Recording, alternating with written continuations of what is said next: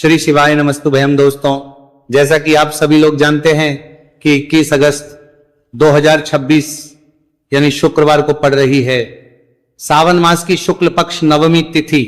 और दोस्तों, यह वह तिथि है जो सावन मास में पड़ने वाली सबसे बड़ी तिथि है, क्योंकि यह शुक्रवार के दिन पड़ रही है और इसका बहुत ही बड़ा और विशेष महत्व होता है।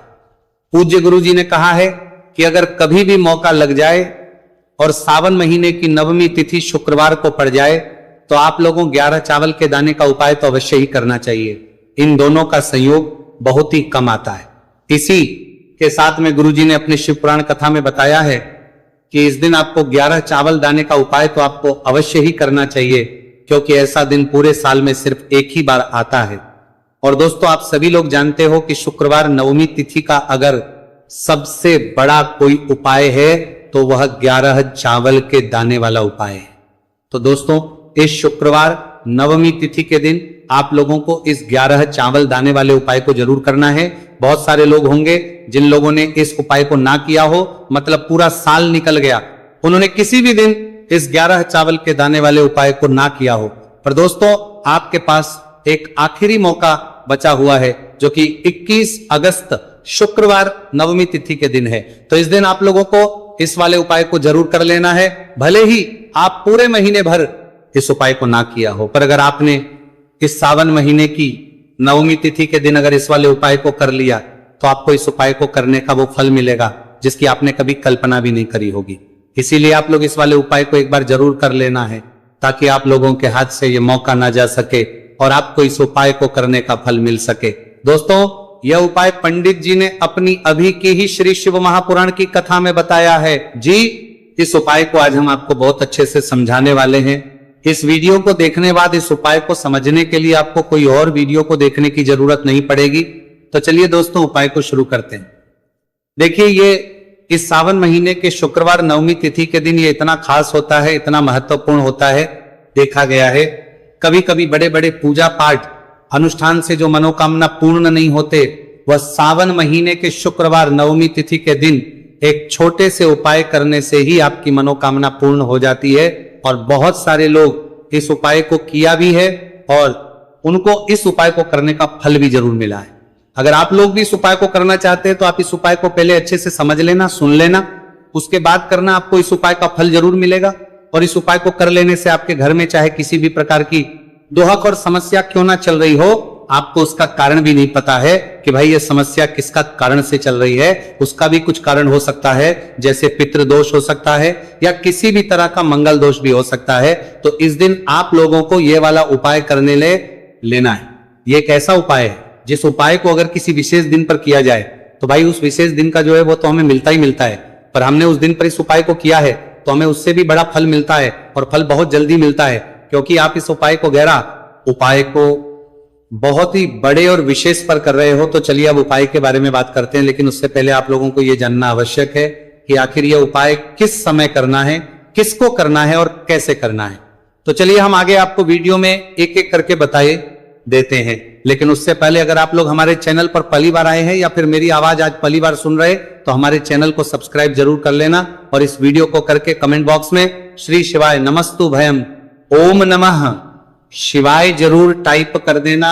तो दोस्तों, इस 11 चावल के दाने वाले उपाय को हमें इस शुक्रवार नवमी तिथि के दिन कैसे करना है, किसको करना है, किस समय करना है और कहां पर करना है, ये सारे सवालों के जवाब आपको इस वीडियो में मिल जाएंगे। और जो ये वीडियो देखेगा भाई, उसको 11 चावल के दाने वाला उपाय जरूर करना चाहिए, क्योंकि इस दिन एक चावल के दाने का बहुत ही बड़ा और विशेष महत्व होता है। और जब बात आ जाए 11 चावल के दाने की तो ये सोने पर सुहागा वाली बात हो जाती है, और ये एक बहुत ही बड़ा उपाय हो जाता है इस शुक्रवार नवमी तिथि का। तो अब दोस्तों, इस 11 चावल के दाने वाले उपाय को आखिर करना किसको है, सबसे पहले हम लोग वो बात जान लेते हैं। तो देखो, घर की जो बड़ी माताएं बहनें होती हैं, उन माताओं बहनों में से कोई भी एक बड़ी माता बहन इस वाले उपाय कर सकती है। और दोस्तों, अगर आप चाहे तो अपने घर में से सभी सदस्यों को भी इस उपाय को करवा सकते हैं। अगर किसी व्यक्ति की खुद की कोई मनोकामना है, खुद की कोई दुख और परेशानी है जो कि वो अपने लिए ही करना चाहता है, इस वाले उपाय को तो वह खुद अपने लिए भी कर सकता है। बाकी अगर कोई घर में से ऐसा है जो कि अपने पूरे घर परिवार की सुख और शांति के लिए ये वाला उपाय करना चाहता है, तो भाई वह भी कर सकता है, उसमें भी कोई दिक्कत वाली नहीं है। कहने का मतलब यह है कि इस उपाय को हर एक सदस्य भी कर सकता है और पूरे घर परिवार के सदस्य के लिए घर की बड़ी माताओं बहनों में से कोई एक माता बहन भी कर सकती है। माताएं बहनें अगर घर में उपस्थित ना हो या वे यह वाला उपाय ना कर पा रही हो, तो फिर घर का कोई बड़ा सदस्य भी इस 11 चावल के दाने वाले उपाय को कर सकता है, चाहे फिर वह पुरुष ही क्यों ना हो, उसमें कोई भी दिक्कत वाली बात नहीं है। अब दोस्तों, इस 3 बल के दाने वाले उपाय को हमें करना कहां पर है? हमें इसे शिव जी के मंदिर में जाकर करना है। बहुत सारे लोग प्रश्न करते हैं हर एक उपाय को करते समय, क्या हम इस उपाय को घर पर कर सकते हैं? तो इस वाले उपाय को आप घर पर नहीं कर सकते हो। इस वाले उपाय को करने के लिए आपको शिव जी के मंदिर ही जाना पड़ेगा। उसके बाद में दोस्तों जो अगला प्रश्न निकल कर आता है वह ये आता है, इस उपाय को लेकर के आखिर इस उपाय को हमें किस समय करना है? सुबह के समय करना है कि शाम के समय करना है? तो देखो, इस वाले उपाय को आप लोग सुबह के समय भी कर सकते हो और शाम के समय प्रदोष काल में भी कर सकते हो। अब अगर आप पूछो कि भाई सबसे उत्तम समय कौन सा रहेगा इस 31 चावल के दाने वाले उपाय को करने का, तो हम आपसे बस यही कहेंगे कि इस उपाय को आप सुबह के समय करेंगे तो ज्यादा बेहतर होगा। बाकी अगर प्रदोष काल शाम के समय भी करेंगे तो भी अच्छा होगा, उसमें कोई भी दिक्कत वाली बात नहीं है। तो अब दोस्तों अगली सबसे बड़ी और महत्वपूर्ण बात आती है, वह ये आती है कि सुबह अगर हम उपाय को करेंगे तो हमें कितने बजे से लेकर कितने बजे तक के बीच में करना है, और शाम के समय प्रदोष काल में करेंगे तो हमें कितने बजे से लेकर कितने बजे के बीच में करना है। तो देखो, सुबह जितनी जल्दी हो सके आप उपाय को करने की कोशिश करना। बाकी अगर किसी कारणवश लेट भी हो जाओ, देर भी हो जाए, तो 10 या 11 बजे तक भी आप उपाय कर लेना, पर 12 बजे से ज्यादा देरी ना हो। ठीक है, इस बात का ध्यान रखना। उसके बाद में दोस्तों, अगर शाम के समय प्रदोष काल की बात करें, प्रदोष काल का जो समय होता है वो शाम के 6 बजे से शुरू हो जाता है। मतलब शाम के 6 बजे से लेकर 7 बजे के बीच का जो समय होता है, ये समय प्रदोष काल का समय होता है।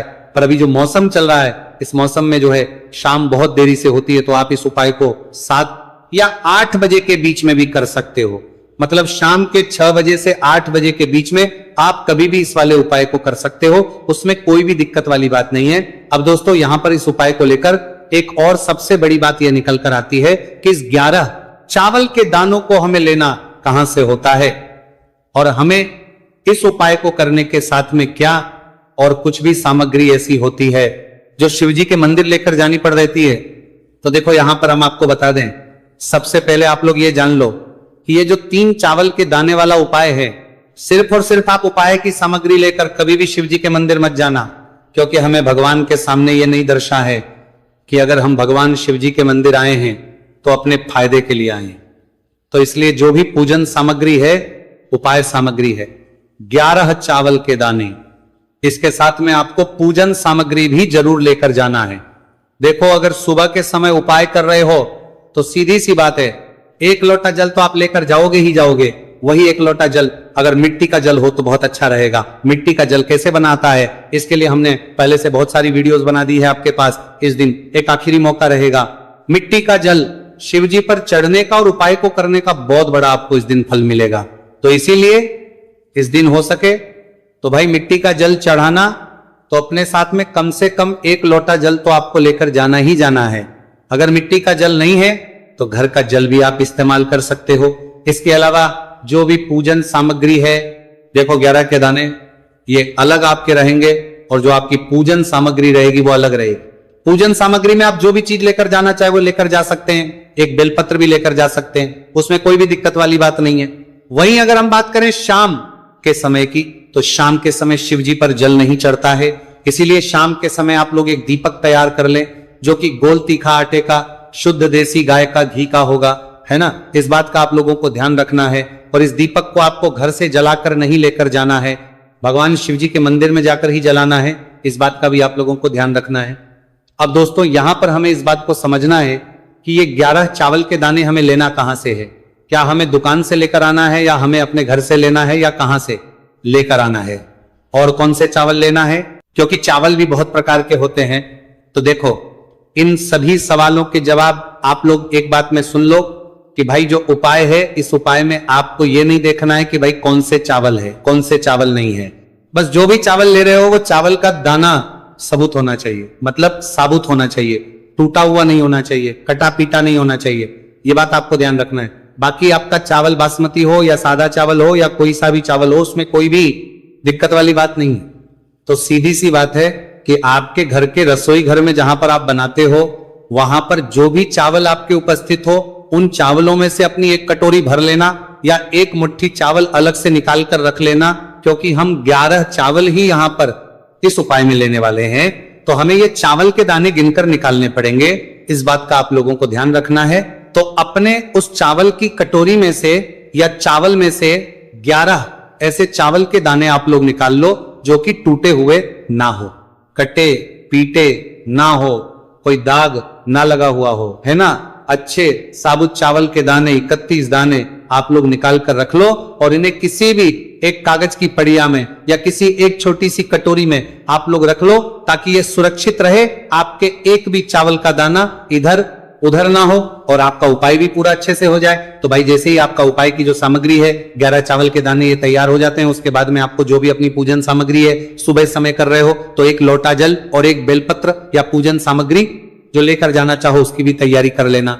और शाम के समय जा रहे हो तो भाई अपना जो दीपक है उसे तैयार कर लेना, ठीक है। और उपाय को करते समय शुद्धता का विशेष रूप से ध्यान रखना, ठीक है। सुबह सुबह स्नान करने के बाद ही उपाय को करने की आप लोग तैयारी करना। उसके बाद अगर शाम के समय की बात करें तो शाम के समय आपको स्नान करने की जरूरत नहीं है, पर शुद्धता ध्यान रखना है। आपको स्नान तो नहीं करेंगे, आप हाथ मुंह धोकर भी इस वाले उपाय को शाम के समय प्रदोष काल में कर सकते हैं, इसमें कोई दिक्कत वाली बात नहीं है। तो आप अपने उपाय की पूरी सामग्री तैयार करके आपके पास ही में जो आपका शिव मंदिर हो वहां पर पहुंच जाइए। सबसे पहले शिव मंदिर में जाकर आप लोगों को उपाय नहीं करना है, पहले भगवान के दर्शन करना है, भगवान से आशीर्वाद प्राप्त करना है, फिर शिव जी की शिवलिंग के पास में आना है। शिवलिंग के पास में आने के बाद जो पूजन सामग्री लेकर आए हुए हैं, जैसे कि सुबह गए हुए होंगे तो एक लोटा जल और जो भी पूजन सामग्री लेकर आए हैं आप उनसे भगवान शिव जी की पूजन कीजिए। सबसे पहले तो एक लोटा जल ही चढ़ेगा, फिर आपको एक बेलपत्र श्री शिवाय नमस्तु भयम का जाप करते हुए शिवलिंग पर चढ़ा देना है। उसके बाद में आपकी पूजन सामग्री चढ़ेगी। उसके बाद में अगर दोस्तों शाम के समय अगर आप इस उपाय को कर रहे हो तो अपने साथ कम से कम एक जो दीपक है गोलबाती का, जो आप अपने साथ में लेकर गए हो, उस दीपक को मंदिर में जाकर अपनी माचिस से जलाना है और उस दीपक को शिवलिंग के पास में रखना है, ठीक है। इस दीपक को रखने के बाद ही आप लोगों को अपना ये वाला उपाय शुरू करना है। और दीपक को ज्यादा पास में मत रखना, वैसे भी गर्मी पड़ रही है, भगवान शिव जी को आंच नहीं लगनी चाहिए, है ना। तो भाई जैसे ही आपकी पूजा अर्चना हो जाती है, आप भगवान शिव जी को प्रसन्न कर लेते हैं, उसके बाद शिवलिंग के पास ही में आप कहीं पर बैठ जाइए, सामने या आसपास जिस जगह पर आपको बैठना हो वहां पर बैठ जाइए और अपने वो 11 चावल के दाने अपने सामने निकाल कर रख लीजिए, क्योंकि अब यहां पर उपाय को यहां पर करने की आपको तैयारी करना है। और इस तरीके से जब आप उपाय करेंगे, पूजन सामग्री जाने के बाद, पूजन अर्चना करने के बाद, तो आपको उपाय का फल बहुत जल्दी और बहुत होकर मिलेगा। तो अपने चावल के अपने सामने निकाल कर रख लेना। और ये जो उपाय है ये आपकी सीधे हाथ की हथेली से होगा, इसलिए इस बात का भी विशेष रूप से ध्यान रखना है। तो सीधे हाथ की हथेली का प्रयोग करके ही आप लोग अपना इस वाले उपाय को करना।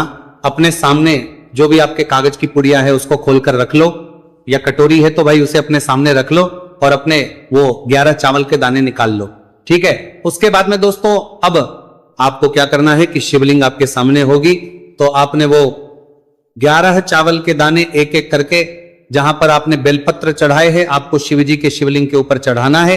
कहां पर चढ़ाना है? शिवलिंग के ऊपर चढ़ाना है और कहीं पर भी नहीं चढ़ाना है। आपको अपने हथेली से तो शिवलिंग के ऊपर चढ़ाना है, भले ही फिर वो अपने आप जलाधारी पर गिर जाए, ये मतलब वहीं पर गिर जाए, उसमें कोई दिक्कत वाली बात नहीं है, पर आप चढ़ाओ शिवलिंग के ऊपर।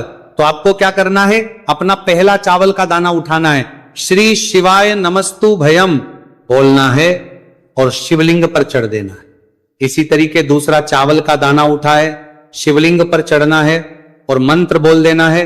और फिर तीसरा चावल का दाना उठाना है, श्री शिवाय नमस्तु भयम बोलना है और चढ़ देना है। इसी प्रकार से आपको पूरे 11 चावल के दाने एक एक करके शिव जी के शिवलिंग के ऊपर चढ़ाना है और भगवान से प्रार्थना करते जाना है। मतलब प्रार्थना तो आपको आखिरी में करना है, पर हर एक चावल के दाने को चढ़ाते समय श्री शिवाय नमस्तु भयम जरूर बोलना है। उसके ही में यह चावल का दाना शिवलिंग के ऊपर आपको चढ़ाना है। जैसे ही आपके 11 चावल के दाने शिवलिंग के ऊपर चढ़ते हैं तो भाई उसके बाद में आपको क्या करना है, भगवान से अपनी मनोकामना बोलना है। मनोकामना भी कब बोलना है, जब आपका 11 चावल का दाना आपके सीधे हाथ की हथेली में हो और आप उसे चढ़ाने के लिए जा रहे हो।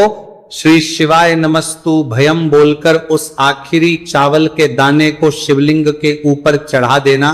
भगवान से फिर अपनी वो मनोकामना बोल देना, जिस मनोकामना के लिए आप लोग अपना यह वाला उपाय कर रहे हो, जिस भी दुहक और परेशानी के लिए आप लोग अपना यह वाला उपाय कर रहे हो, उसके बाद में जैसे ही आप अपनी मनोकामना बोल देते हो, आपका यह वाला उपाय पूरा हो जाता है।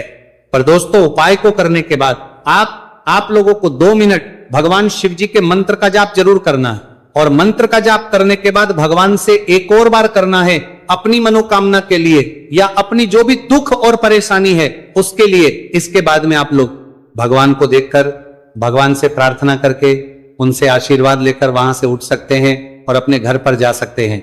बस दोस्तों, यहां पर ये वाला उपाय पूरा हो जाता है। इस तरीके से जो भी व्यक्ति छोटी छोटी छी का ध्यान रखते हुए इस 11 चावल के दाने वाले उपाय को करेगा, निश्चित सी बात है